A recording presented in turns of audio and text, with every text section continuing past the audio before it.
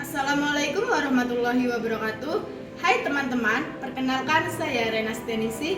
Di video pembelajaran kali ini, saya akan menjelaskan mengenai fotosintesis. Berikut penjelasannya. Fotosintesis. Nah, teman-teman, apa itu fotosintesis? Foto artinya cahaya, sintesis artinya pembentukan.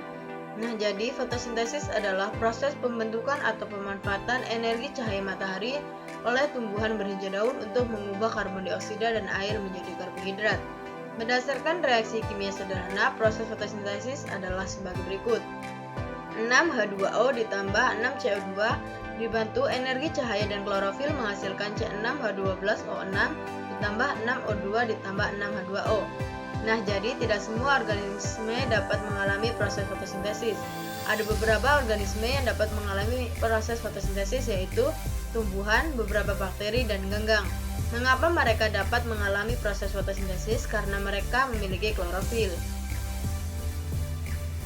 Yang selanjutnya yaitu faktor-faktor yang mempengaruhi fotosintesis. Yang pertama, faktor internal yang meliputi 1. Stomata. Stomata berperan sebagai celah untuk keluar masuknya gas, terutama oksigen dan karbon dioksida. Yang kedua yaitu kandungan klorofil.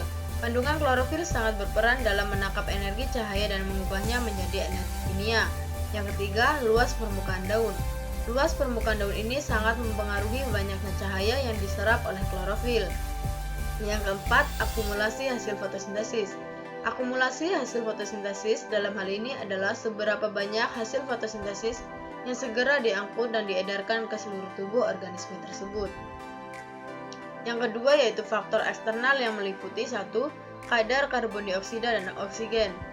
Karbon dioksida merupakan bahan dasar untuk proses berlangsungnya fotosintesis, sedangkan oksigen merupakan hasil proses fotosintesis yang tidak diperlukan oleh organisme autotrof dan segera dikeluarkan dalam tubuh organisme tersebut.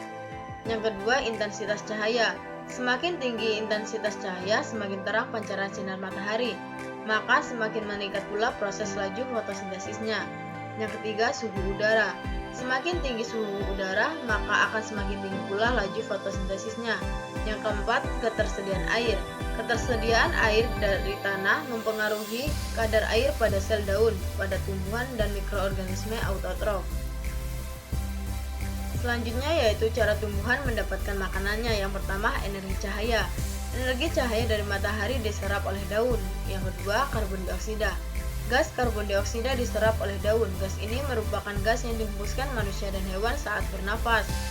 Karbon dioksida juga dihasilkan dari pembakaran kendaraan bermotor, aktivitas pabrik, dan sebagainya.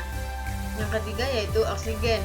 Proses ini menghasilkan gas oksigen yang dilepaskan oleh daun ke udara. Gas ini dipakai oleh makhluk hidup untuk bernafas. Yang keempat, klorofil. Pada daun terdapat bahan spesial yang bernama klorofil. Bahan ini yang menangkap cahaya matahari untuk memulai proses fotosintesis. Klorofil berwarna hijau dan memberikan warna pada daun. Yang kelima, karbohidrat. Karbohidrat merupakan hasil reaksi dari H2O dengan bantuan sinar matahari melalui proses fotosintesis dalam tanaman yang berklorofil atau bagian daun. Yang keenam, air. Air yang tersimpan dalam tanah diserap oleh akar dan disalurkan oleh batang sampai ke daun. Proses terjadinya fotosintesis. Proses fotosintesis yaitu mengubah karbon dioksida dan air menjadi energi berupa karbohidrat dan oksigen menggunakan klorofil dan cahaya matahari. Proses ini terjadi ketika klorofil di daun menangkap cahaya matahari dan menggunakannya untuk mengubah air dan karbon dioksida menjadi oksigen. Proses fotosintesis ini dilakukan pada bagian daun yang tidak terlihat oleh mata kita bernama kloroplas. Reaksi yang terjadi pada fotosintesis yaitu ada dua. Yang pertama, reaksi terang. Reaksi terang adalah reaksi yang membutuhkan cahaya. Reaksi ini terjadi pada bagian tilakoid daun, tepatnya di grana. Pada reaksi terang terjadi proses fotolisis air atau pemecahan air dengan bantuan cahaya. Klorofil akan menyerap energi cahaya matahari, memecah air H2O, menghasilkan oksigen O2 dan energi berupa adenosin triphosphate atau ATP. Yang kedua yaitu reaksi gelap. Reaksi gelap terjadi pada stroma oleh serangkaian enzim katalis.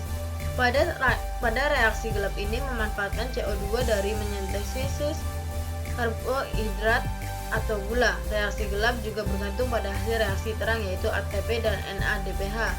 Reaksi gelap seperti namanya tidak membutuhkan cahaya dalam prosesnya. dan tentunya tidak menggunakan pigmen klorofil juga, karena klorofil merupakan pigmen yang menangkap cahaya.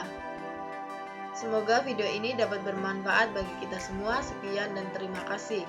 Wassalamualaikum warahmatullahi wabarakatuh.